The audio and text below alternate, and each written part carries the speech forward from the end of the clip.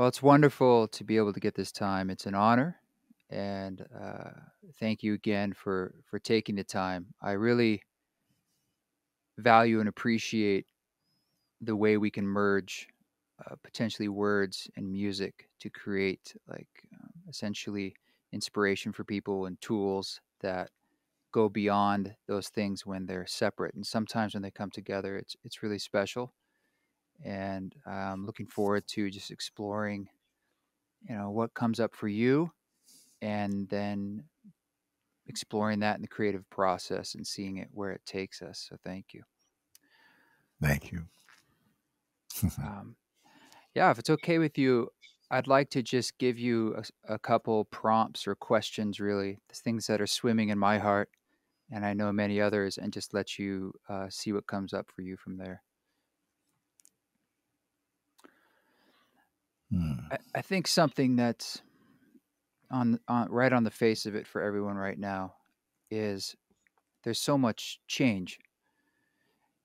And what's a bit strange about it for me is that change is like the engine of the universe in our life. And in one way, it's the thing that we know is always true. Yet when it gets quite large or big or fast or how we perceive that, it's really hard. And a part of me feels like everyone who's here right now, in a sense, it's like a brave soul, in that we're here in a really important and difficult time.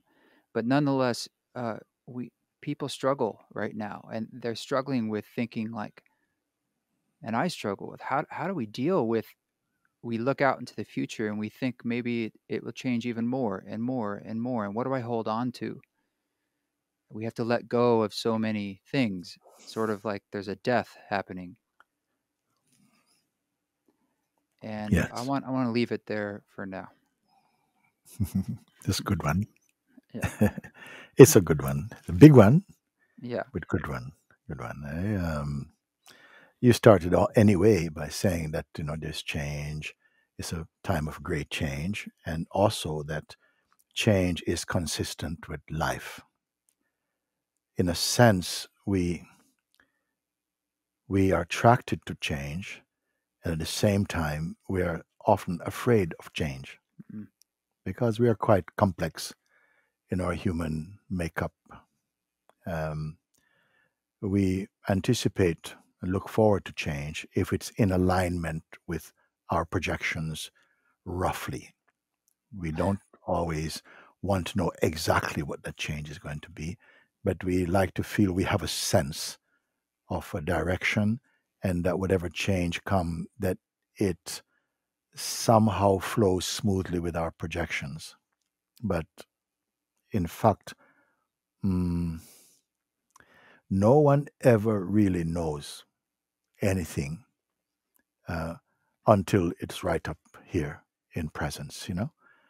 But I feel for a long time we do our best to make sure that it's not that we cancel out as much as possible the extremes.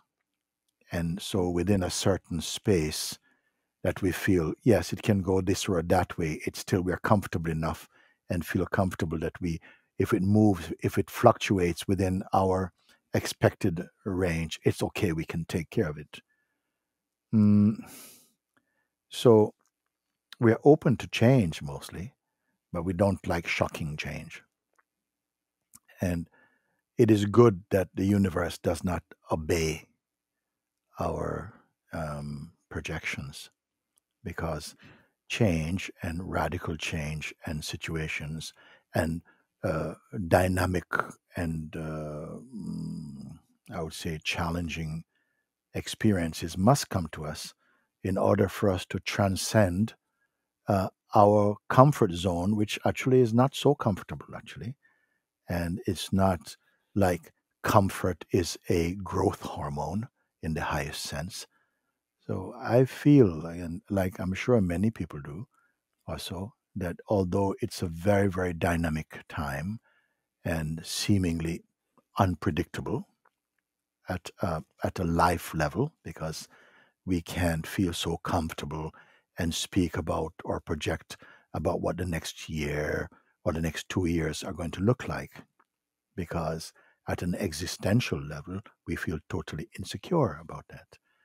Now, I don't feel that life has to obey or cooperate with our personal or collective projections. I feel and see that in the most challenging times, um, that we are stimulated into necessary change. Some internal change happens also, that our ego or minds don't like that, because we like to feel we have more control, which we never really have. Hmm. Actually, we have an inflated idea of um, what is to come, Hmm. and now we're out of our depth. But I feel that this out of our depthness compels a deeper introspection, not necessarily a meditative, kind of um, organized way, but each one is compelled to look, even in our most intense moments. If we take an example of someone who is in a very deep medical situation where life threatening and so on, and maybe if we could go back a short while earlier, then they may be very much as jovial as the next person can be, optimistic about life. But in a time of personal crisis, something happens that we are not aware of until it happens. The mind, the attention, the consciousness turns inwardly and enters into some region internally that is so profound and so um, inescapably present, that has nothing necessarily to do with future or time or our attachments or our ideas about life. It's like a soul introduction happens. And we are not so comfortable to talk about this in society, because many people who come to that level of introspective or inner contact may feel a bit strange to talk about this, like you're going bananas or something, maybe like that.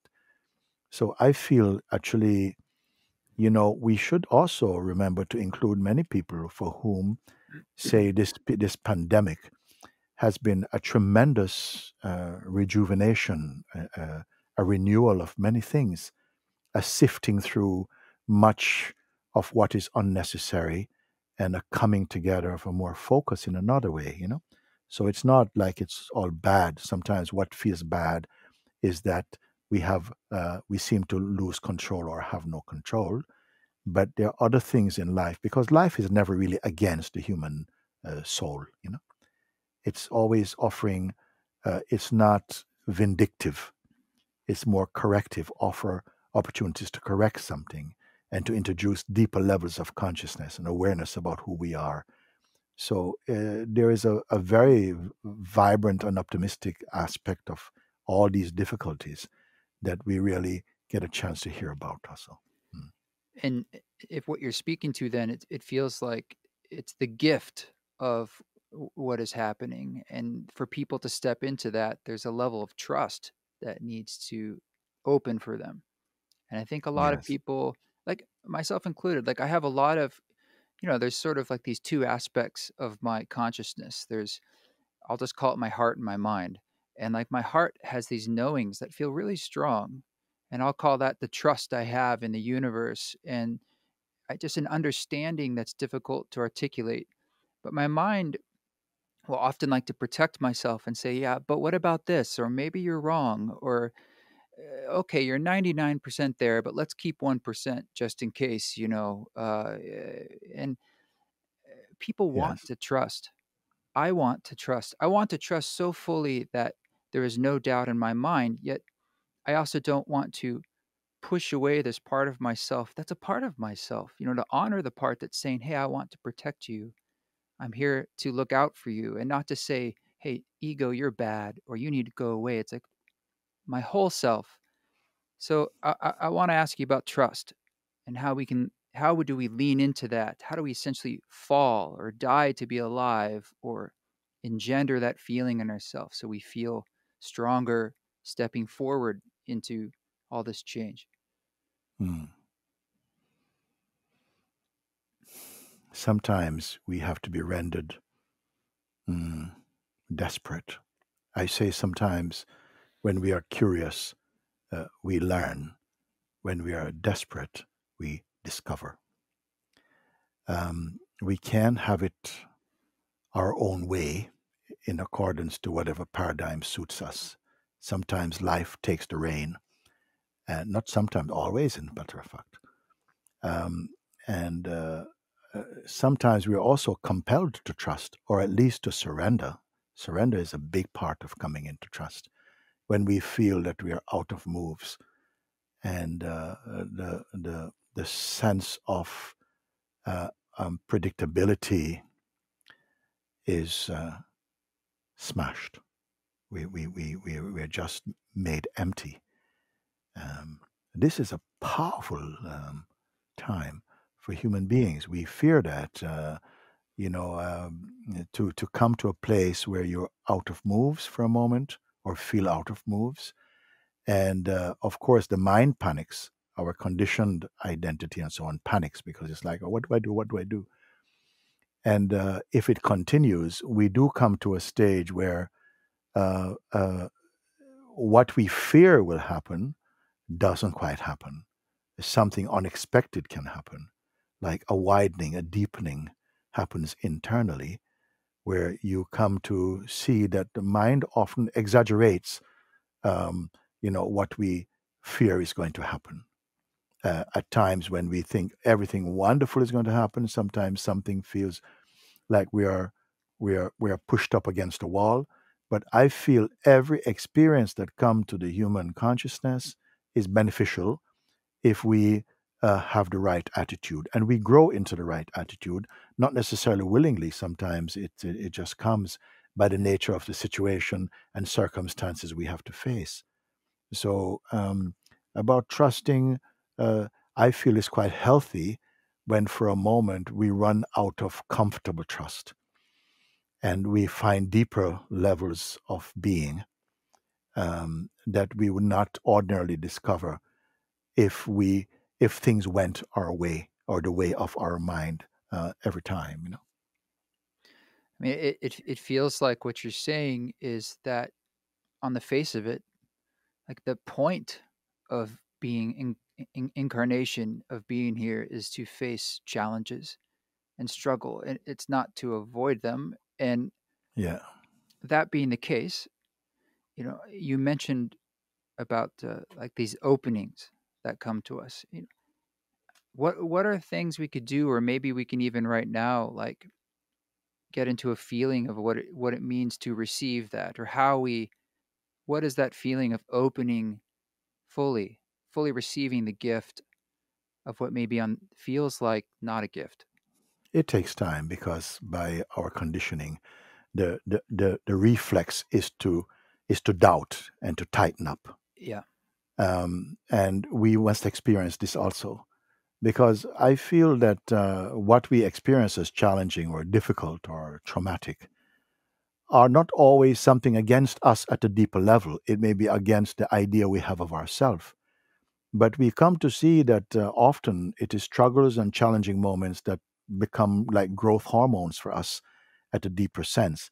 At a shallower sense, we don't like to be challenged too deeply because, that side I would call more the ego side of ourself, like to have things under control in alignment with our expectations or projections. But often life has to intervene. It has to take hold somehow, and sometimes the boat is shaken, and you are stirred into a new level of discovering or creativity that perhaps you would not have found unless you are shaken. You see, and there is no human life, whether you're a king or an emperor or a dustman, who is exempt from intense experiencing. You see. But, but how, you know, I would imagine there's you're looking for a kind of witnessing to that or a kind of loving of that experience as opposed to be completely immersed in it or attached to it because that's The where it love gets comes quite later. painful. The love and the appreciation can come later. At first, sometimes we are caught up so much in the traffic of our emotions and resistance and fears and the sense of desperateness. And sometimes these have to come up to the surface. And what I call challenging situations provoke that deeper cathartic reactions to what we feel we can't cope. But we are much stronger than we think. Mm. And when these things come up, sometimes we're shaken, and it can um, each one experience that in their own way, depending upon the depth of their maturity at at living from the inside out rather from the outside in. You see, so the more we are compelled, I feel many more people now are looking uh, for help to for greater understanding about life, are attending more meditation classes, are coming to retreats. They are provoked and stirred into that for that search, because the outer world seems very unpredictable, and the inner world, in terms of the levels of our um, attachments and dreams and aspirations, that also seems not reliable at some point. And there's levels deeper within us. We are so enormous in our capacity, and I feel very often we can live just on the surface of uh, of the potential of our existence. So, for this reason, I'm saying that when we are shaken up, stirred up, I have also people who come here for a retreat or a visit for some days, and they come expecting, like, I've come for peace, come for peace. Even today, one man who is here now, he's been here before. He said, I'm totally, I'm all over the place right now. I actually came for peace, and I found like I'm so stirred up. I've not been so stirred up for a long time. You see? So this is a good example. This happened just maybe 1 hour ago, in Yeah. fact. And he's saying, I'm so stirred up, everything. And so we had to talk about that a little bit and to say, actually, don't take that as you know, some ultimate reading. What happens is that these things didn't come from here, but being here in this type of climate, in this type of intense atmosphere inwardly, because it's a very silent place, then all the noise inside is coming up to the surface, you see. And Yeah. something doesn't like that. It says, no, no, I'm falling to bits and so on. Yeah. Sometimes you have to fall into bits first. Sometimes I say to people, sometimes you go to hell before you go to heaven in yourself. And so this was a good example for me that, yes, don't take that reading as an ultimate reading. Of course, when we are used to a certain standard, a certain way that fits in line with whatever our personal paradigms are, and we're shaken out of control with that, the natural reaction and response, the reflex, is to be thrown into, like, whoa, you're into a storm. But that is not a bad thing. It's just sometimes the beginning of a deepening within oneself, a much more a chance of maturing more into the depths of your possibilities in life. You see, So, so I so it's don't. When I see this, I do feel, I do empathize, because we are surrounded sometimes by people also who have lost friends or families, and themselves yeah. have come this near to exhaling their last breath. And I've found that they're much more able to converse in a meaningful way, not just in superficial "hello, how you doing, what's a nice day" and so on, but much more concern has entered into their being, and not bad. I said, for now it feels like this, but it's also providing some real opportunities to get more out of your life, out of yourself. You see. Mm. It's kind of like the metamorphosis when in the chrysalis, the caterpillar is just a goo. It looks like it's completely dissolved. And how Mm. could it become something else from there? Uh, but you said something there I want to ask you about kind of the noise that's in our lives and when that is more cleared away and we're able to hear more clearly. It Yes. feels like there's so much noise in just normal everyday life. I mean, Yes. quite literally, all the information and emails and content that is coming at us is unparalleled in human history. And then on It's top of al- that, it, it's already, sorry, East. of course, It's already a good sign that we see that you recognize that rather than just be cocooned in that space and not question it. You're beginning to recognize, we're surrounded. There's so much noise, external and internal noise, yeah, in our environment, in not every part of the world, but yeah. in many places and inside people. And it leads to a natural urge to step out of that, to come into a more peaceful, because peace is natural for us. Actually, people have to be reminded that happiness is your natural state. That's why when we are unhappy, when we are provoked into intense, something yearns to be back into happy, but not happy about our possessions or about things so external or so material, but just happy within one's being. Peaceful and content is for me real wealth.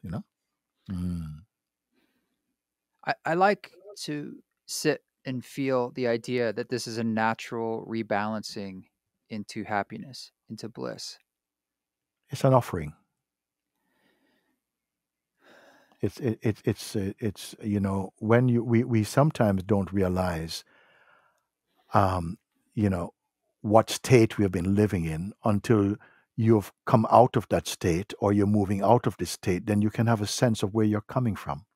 When we are so used to something, we're so used to a certain way, we're not able to evaluate that way, actually.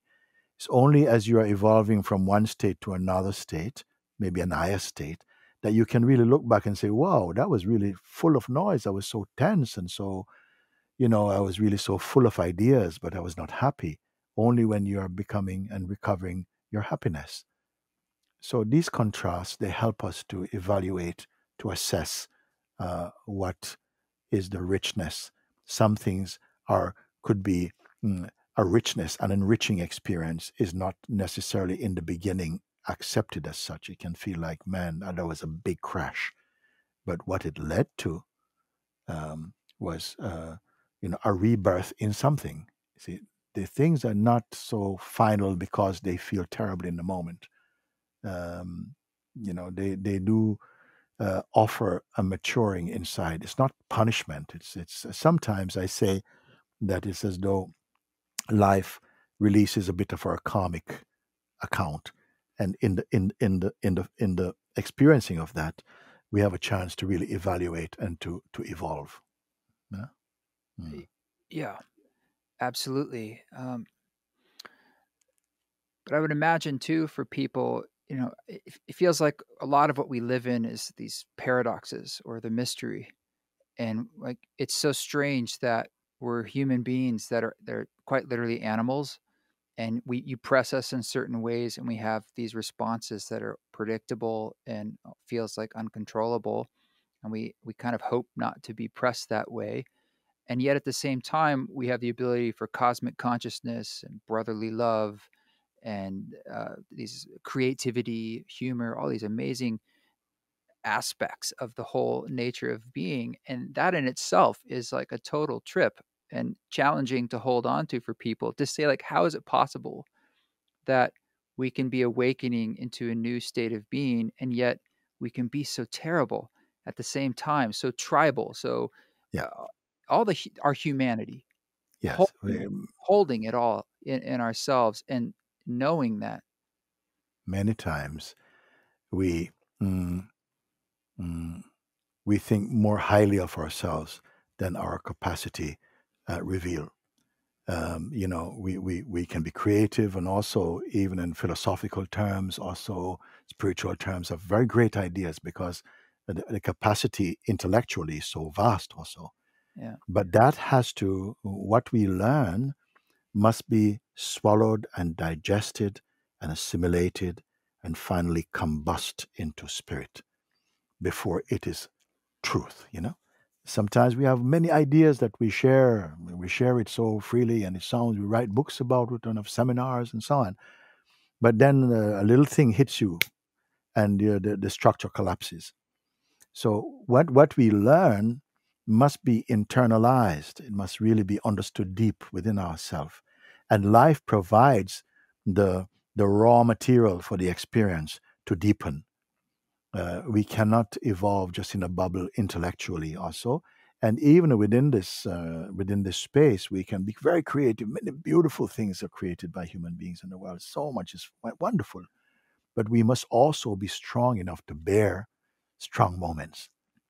And when they come and they wobble and everything, we think, whoa, your creativity is not so helpful then. Your wonderful um, our wonderful ideas about life and philosophies crumble. You see, we have to be strong through. So we have the capacity because, of course, our minds want the adventure of life and to grow and in wonderful ways. But simultaneously, there are beings in the world that will never have that chance, and not even that they even need it. Even we have a different way. Sometimes I believe that we compare the best in ourselves with the worst in others, as we perceive like that. Mm. And this is why I say, I have a way of saying that there is a wealth in poverty, and there's a poverty in wealth. And I'm not just meaning only material poverty. I mean like the wealth for understanding and knowledge and so on. Sometimes a deficiency can be in the life experience. Oftentimes people go and they do a study in university, they do a study somewhere. And then in England, where I spend so much of my time, then you have to come for work experience. And often people are much more qualified through their university programs, but when they come on the ground, they are not so comfortable with the practicals. So life is also very practical and simple also, and through even simple ways, we become wise and and contribute in a very simple way also. You see, so what you say, it is true that we have the capacity to create beautiful things because our minds want to create. We want to create and create even safety for ourselves and create beauty and so on. But then we're not prepared for calamity or for moments of uncertainty. But these are the moments also that really we have to dig deeper down and come to a wider space of being rather than to be top heavy with the knowledge of the world, but not the experience of life from the inmost within us. Because the capacity of a human being is not only to be creative, but to discover the truth of who we are, of what we are. And that truth is greater than all you can see. So the calling of our time then is introspection. Could you say again? Like the calling of this time is introspection. It has always been like that. In every age, there's a call for introspection at some time, uh, as dictated or determined by the higher power. And that power might, the light might turn up, the power might turn up. And in such a way in our time, maybe unprecedented, I don't know if there has been a time in human history when the entire planet of human beings are confronted with a similar, Yeah, predicament or challenge. yeah. But I feel I always will look because we know many people amongst our friends also people have passed away and so on. It's a tough, strong time emotionally and Hmm. in terms of the challenges against our projections and hopes and aspirations for future. We are uncertain, and that itself creates a lot of pain within us.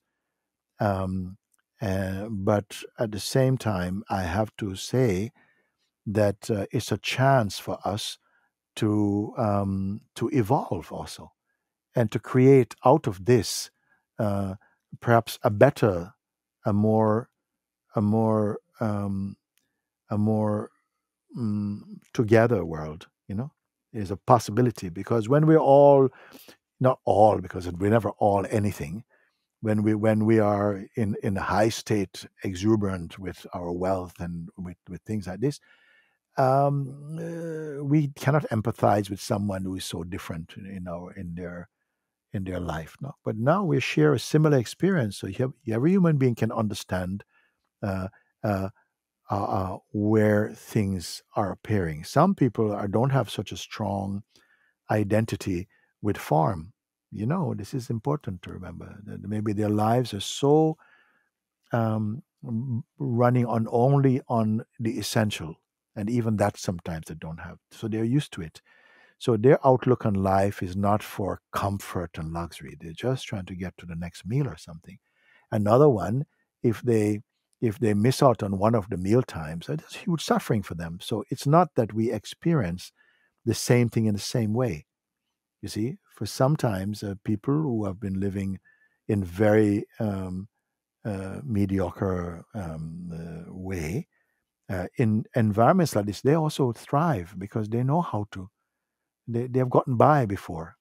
So everything, we cannot work it out completely. All I can say is I would like to encourage human being, our family, to not to panic only, but also to see that in this a greater opportunity, and that is more important than all the wealth and all the food and comfort that we can acquire, is the opportunity for self-discovery. I put that above all things. Is there maybe an embodied experience or short meditation we could do together that would sort of lead us into that space of listening, just as you're saying, like this Yes, opportunity that is in front of us universally. Um, just yes. I'd love to have an invitation for that at some point. Why don't we do? It'd be beautiful. Yeah. Because I feel this is accessible to everyone.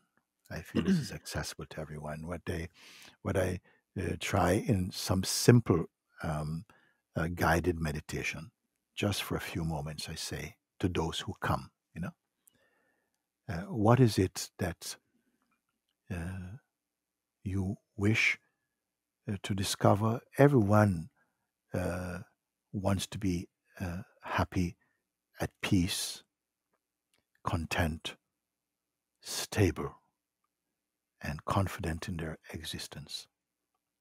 So what I say is, okay, if someone were to ask me, please, Mooji, could you help me to discover what you speak about? Because I've read your book or something, and I want now the experience. Ah, okay. I would say just now. I would say if mm, just for this short time, while we have the opportunity to be together for a few minutes, you will follow my guidance. I will try to lead you into the discovery within your own being. If I ask you to just for the moment to leave aside all the ideas you have in your head, you don't have to name them, but just you have this power to do it also. Just to leave everything aside for a moment,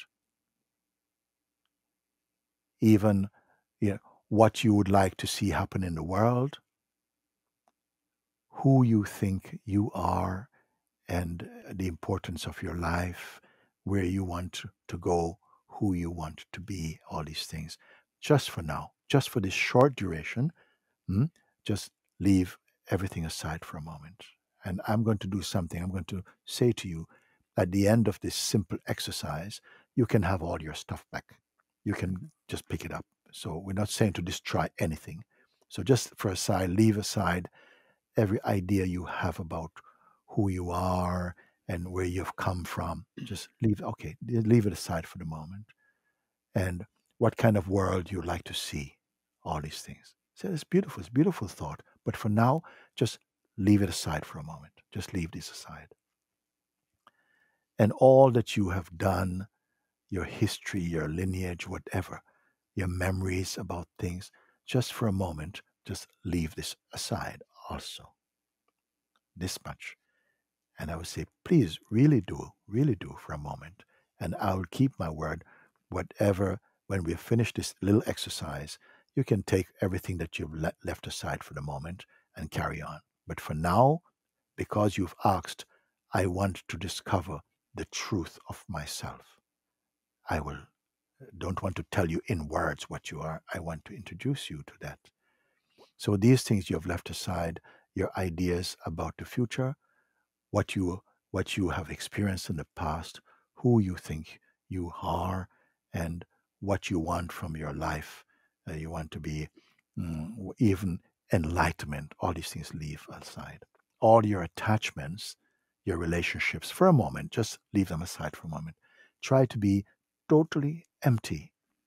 So you're not a container of memories and intentions and desires and attachments. Leave everything. And you try it and see it's very simple to do. Just empty, empty, empty, empty. Imagine if everything that you have ever thought or wish to do or to be could just be taken out for a moment, just like you're taking things out and left aside for the moment. So you're totally empty of intention, empty of identity, like this, empty of imagination. Do it like that. In fact, you're not doing anything. You're simply allowing to leave the usual mind behavior and all of this aside. You're totally empty.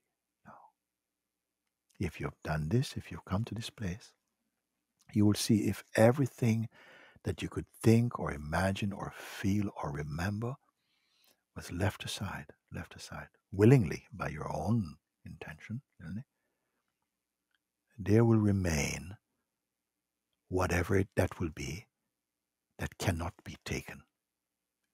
You can see now, it cannot be taken, cannot be moved.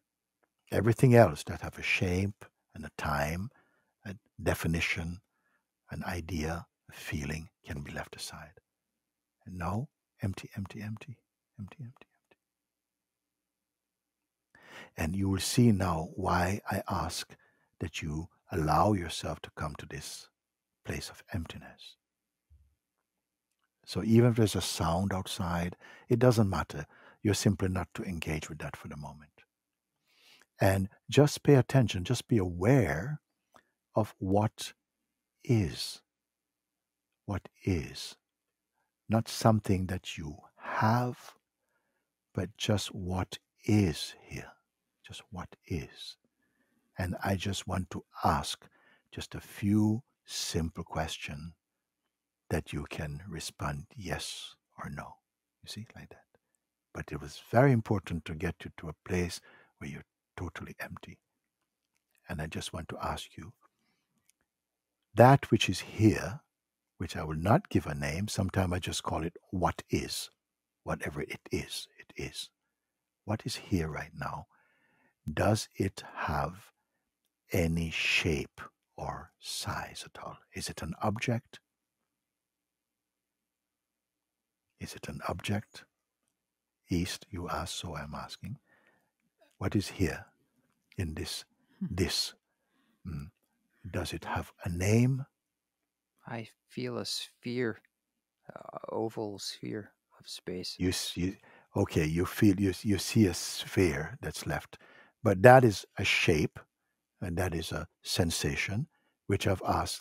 Don't get into any sensation that you can perceive as an object because it comes and goes.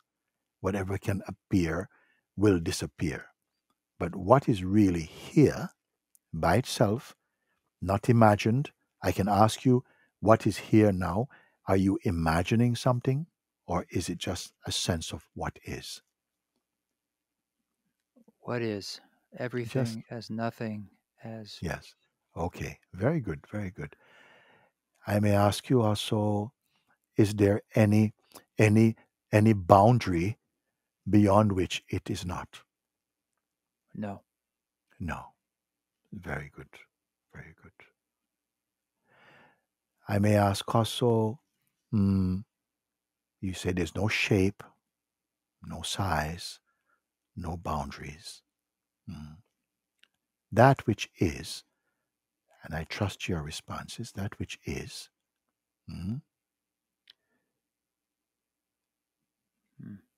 can it be depressed or sick by itself? Trust you're looking. No, only covered, only unseen. Yes. So if it is covered, it must be covered by something that is bigger than itself. Or is it you can say, look and see what can cover the isness? Let's call it the isness. Can anything really cover? Just from now, only now, speak. Only covers my eyes like a blindfold. It's not covering the world that I see. Yes. Can you see even a world right now? Just as the isness, that which is, does it have any shape at all? It's beyond. Beyond. Okay, beyond. May I ask you, mm, would it be possible, even with the most sophisticated technology, to take an image of it at all?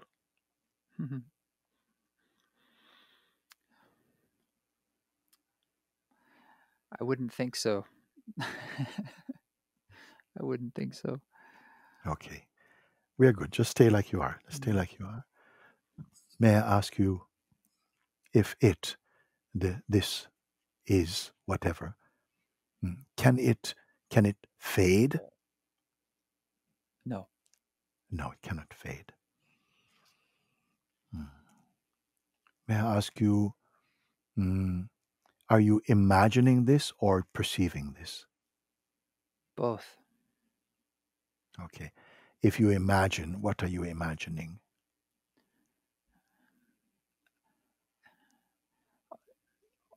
All that is. Does it have any shape? Yeah, the imagination puts images to it at times, or feelings, or colors, or energies. But I Okay. suppose But those are right now, you're looking only right now. Any images are only appearing in it and dissolving in it. But can it dissolve? no, No, no, it cannot dissolve. That's beautiful. May I ask you, mm, uh, was it born? not that I know. No, it is. It is. It is. It is. And on the other side of this question, can it end? Just stay in your looking. Don't imagine anything. You're in the immediacy of your seeing. I asked before, is there a boundary beyond which is not? You say no. I'm asking you now, was it born or created? You say no. As can it end or die? And you, No, no, no. Can I ask you if um, if it judges anything at all, any anyone, or you know, can it be angry in itself? Look, no, no, cannot be. Hmm. Does it express its opinions about anything? only cause and effect, no opinion. Well, No, cause and effects are effects appearing in the mind, which is okay, they can appear, but are they this? I don't think so. Hmm. Just stay in the space of your seeing. Um, what you're aware of, is it being produced by the senses in any way? No, No. Okay. Um, okay. And is the mind outside of it or appear inside of it? Can mind exist outside? Can there be an outside of this?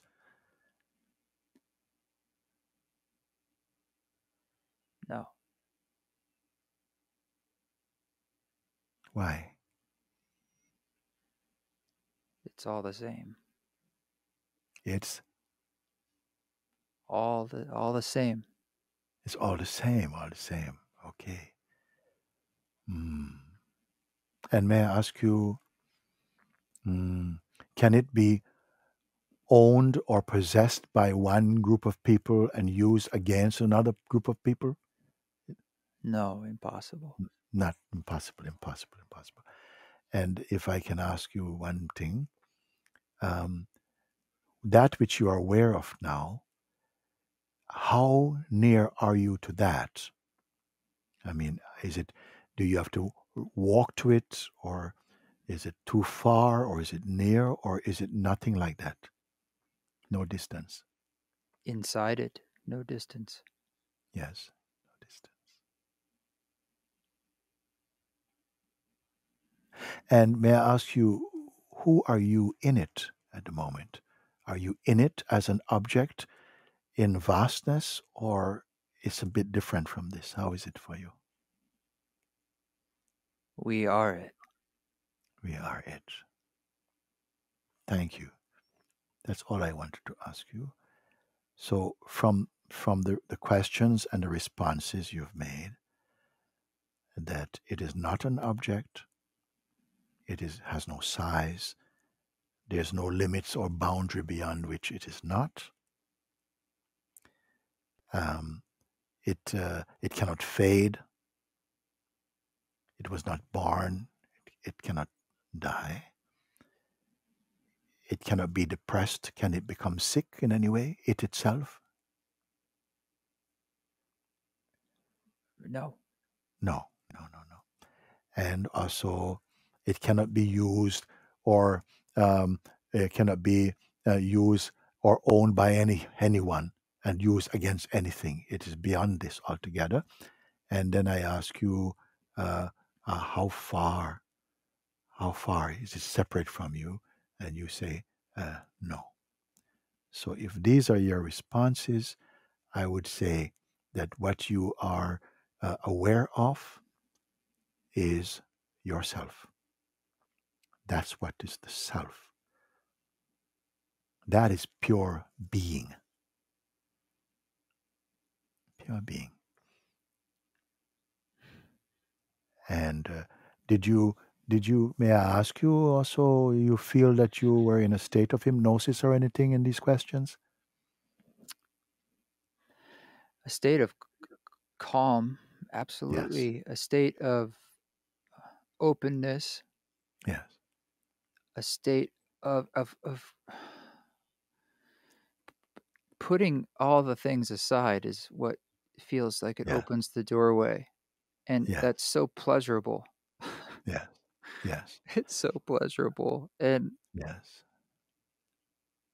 there's a running, a race, a nonstop task, the tasks, the concerns, the plans. It's it's it's such a contradiction that it feels so good to drop it, yet there's so Yeah. much resistance to do so. Yes. Both the running and the resistance to do so are also just shapes appearing and disappearing in that. Is this itself altered or affected by the running mind? Not at all. Uh, Okay, may no, I ask you now, um, uh, uh, uh, can you throw it away, this? no, no, No. Is there a door to get in there and out? Is there anything like this? the closest door would be your heart or nothing. The Yes, nothingness. Yeah. yes, yes. And is it fading? Can it fade? No, no. No. So this I'm saying, this is yourself and the self of all human beings, all living beings.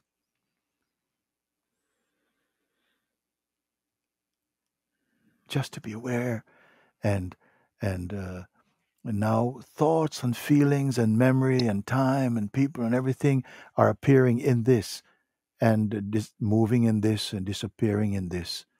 Mm, um, but can this disappear? Is it imagined?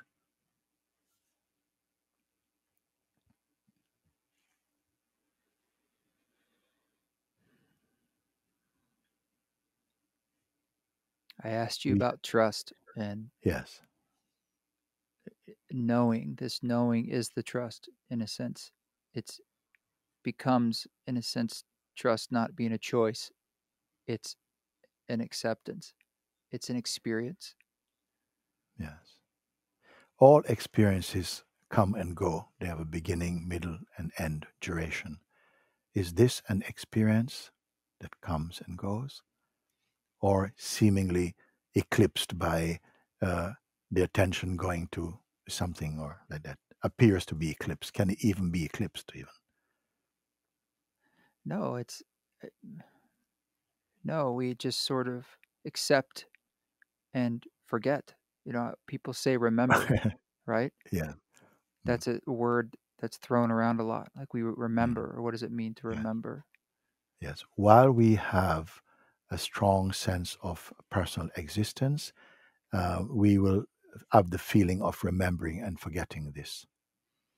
But to this itself, which I say is the essence of our being, it is beyond remembering and forgetting within itself. And uh, what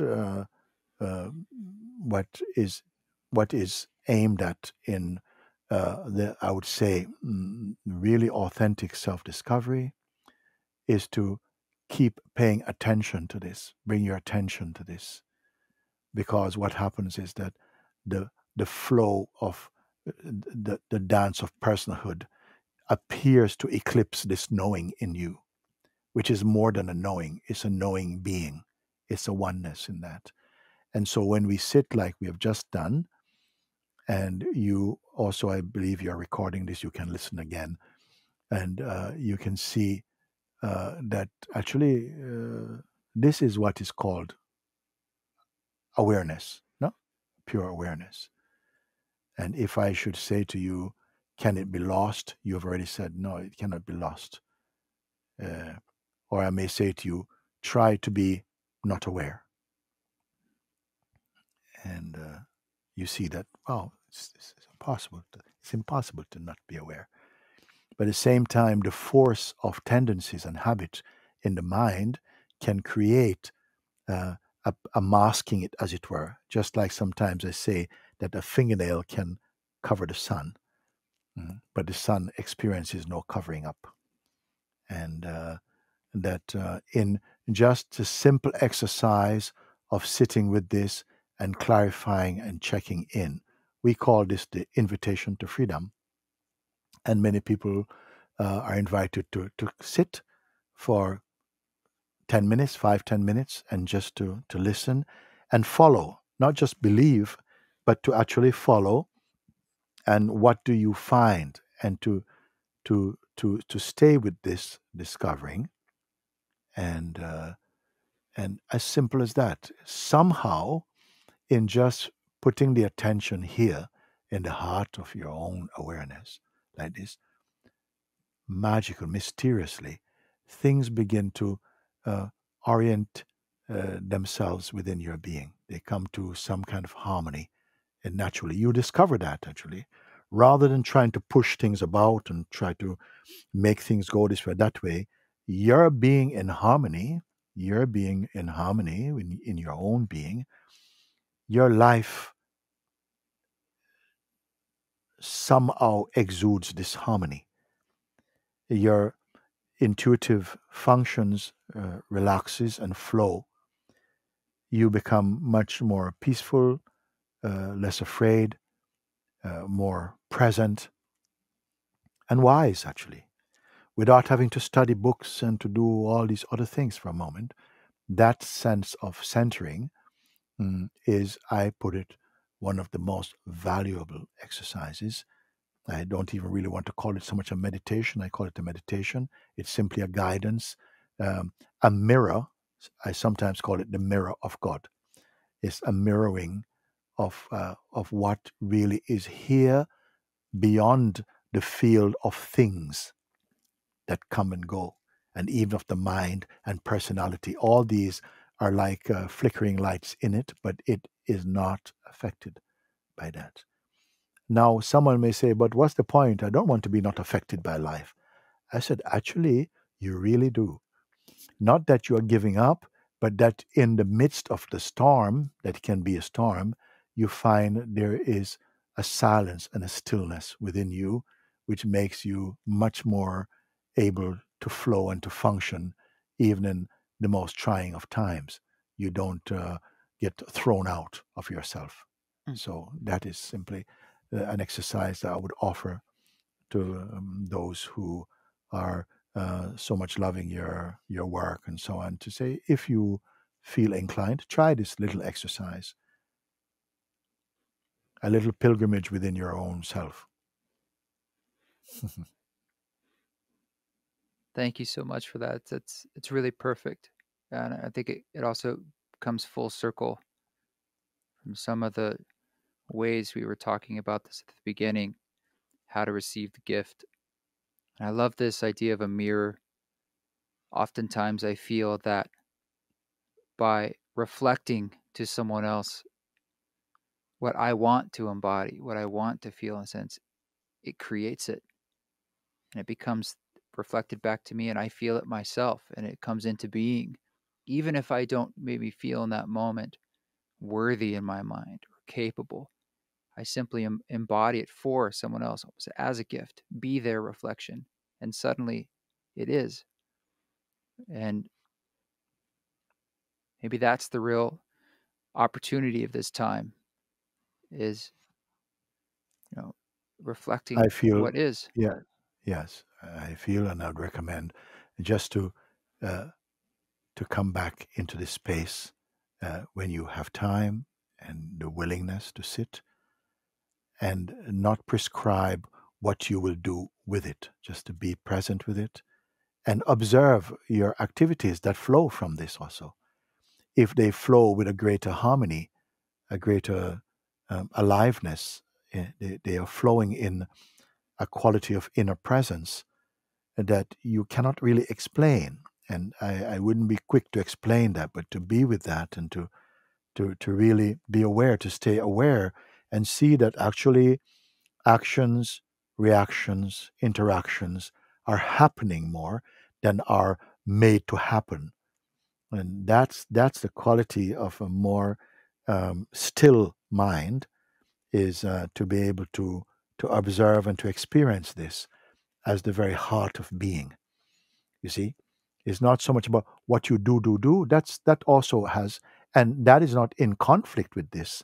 In fact, the more you're stable in your own awareness, the more your genuine activities flow with greater. It's like they're wind assisted and flow with greater harmony and naturalness, spontaneity, and in this way. Mm, Hmm. Harmony is something that definitely makes sense for me when I think yes, about music. So thank you, Mooji. yeah, This is really wonderful. Really appreciate this. And also, one of my desires of talking to you, I know you have a lot of recorded material. That's fantastic. But there's something special about allowing this moment right now to speak to this moment right now in a creation itself, as opposed to me up here deciding, oh, this, and then I'll take this, and then this. And so, but I just want to know if there's anything else that you feel needs to be spoken to, or you yes. feel needs to be spoken Well, to. you are very intuitive about this. I say I'm very happy to hear you say that and to that appreciate. Doesn't matter how many times I may share a story or whatever. Uh, it's the freshness, the immediacy of in that moment that really uh, Yeah. is at the heart of things. And I feel you have asked for and allowed me to give you a simple guidance, which I feel is is very, very, very, very valuable Yeah. for those who are searching for peace and even a sense of what life can be at a deeper level of awareness, and that anyone can find this, and especially at a time when people are restricted in their movement around the world, to use a time in this way is the most fruitful because it anchors you in your own being. A lot of people are afraid because they're up here, it's up in the head and it's shimmering. But to be grounded again inside your own, in the heart of your own awareness, is beyond being just valuable. It's a reset, and it's really, really needed, because from here, whatever is to come will be met in this space of yourself. As I said earlier, true life is lived from inside out, you can say, more than just outside in. That how you are within your own being determine how life is experienced in you and by those around you. Um, and the more stillness you come to in recognition is not that you are being still as an action, but that you come to recognize the inherent stillness that is synonymous with your natural being, and to flow from that. Because in that stillness, and it's important for me to say that, it's not about someone being still. You can have a very dynamic expression, but it's flowing in stillness if you come to recognize it. And it's a beautiful synchronicity, in fact. But you are rooted in your own self awareness, rooted in that inner stillness. So I don't want to, it's not the words stillness, the words self, but the essence that the words try to convey. And I say often what we are cannot really be explained. It can only be, uh, even to say it's experienced, not as something other than yourself, you see? So sometimes I ask the people also, if you can, sometimes, if even quicker than what I've shared with you, but sometimes it takes a little bit more willingness and openness to say, if you in the moment leave everything aside without itemizing them, what if you don't touch any thought about what is past, just leave all was past, and and the concept of next. If you don't touch next or past, and in the present moment, uh, don't hold to any shape, mm, then discover what really is here. Because that, whatever you discover, is universal, it's not just personal. And when a human being can discover, when the person can discover the impersonal and the universal within yourself, you have done well with your existence to discover that. Beautiful. Thank you. Thank you, East. Very good. Yeah, Very good. very fun. It's an honor and lovely, lovely to meet you and cross paths. Thank you very much. I've been listening to your music, and I saw some of the things you've done, and we have some good musicians here also, and they tell me, oh yeah, it's really good to listen to this music here, and yeah, so I've been taking a little look. uh, it's fun to know. Well, Yeah, I wonderful. like what you set out to do, to bring a depth of realization, and to speak to beings who have a deep understanding and